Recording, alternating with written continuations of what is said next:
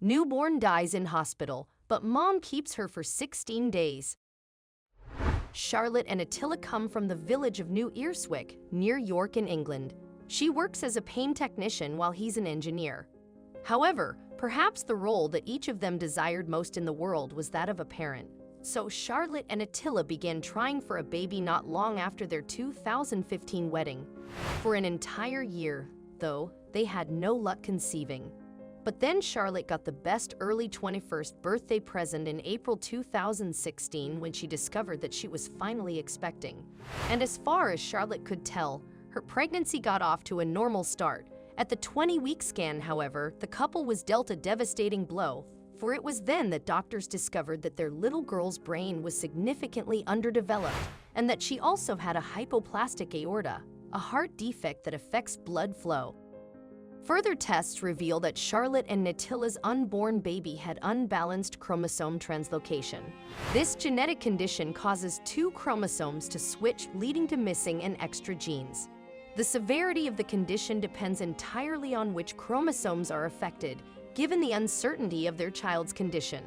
Doctors asked Charlotte and Natalie if they wanted to have a termination, but the couple chose to continue, and because of this, their baby would require scans every 2 weeks to monitor her progress.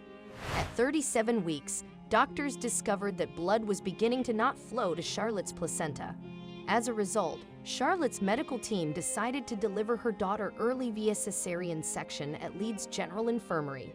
So on December 13, 2016, Charlotte and Attila welcomed their firstborn, a little girl named Evelyn. She weighed PS5 and 5 Oz. However, her parents had to wait to hold their precious bundle of joy in their arms.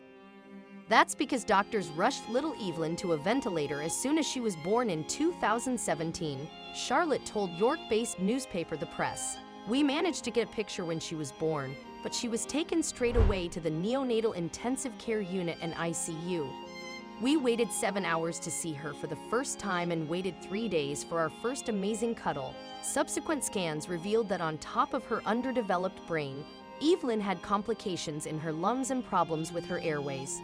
This meant that she was unable to breathe by herself and would therefore be unable to undergo the heart surgery required to save her life.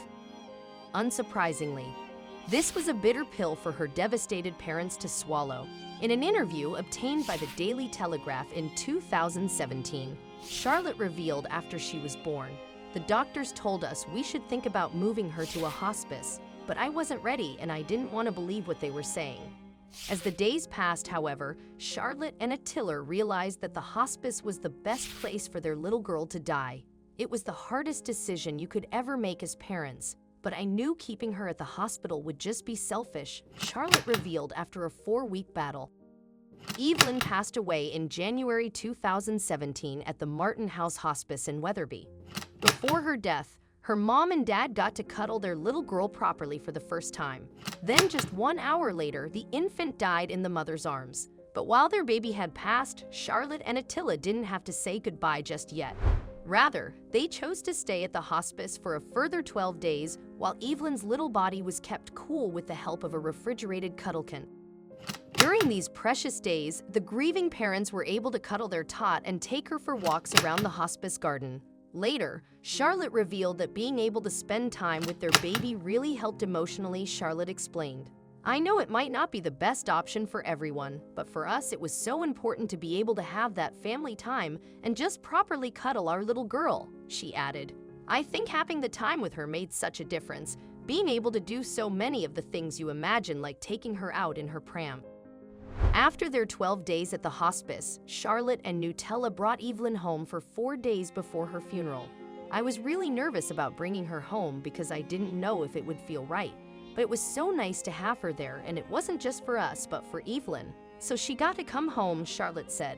On their final night with Evelyn, Charlotte and Attila put their baby to bed in the cot they had set up in their bedroom before her birth. The next day, they led Evelyn to rest, and although the funeral was difficult for her parents to bear, Charlotte took some comfort in the fact that her daughter was now in a better place after Evelyn's death. Her parents have worked hard to honor her memory by raising awareness of infant mortality and the options such as the Cuddle Cot open to greeting parents. Thanks to this product, After all, Charlotte and Attila were given the precious gift of time with their daughter, Charlotte explained.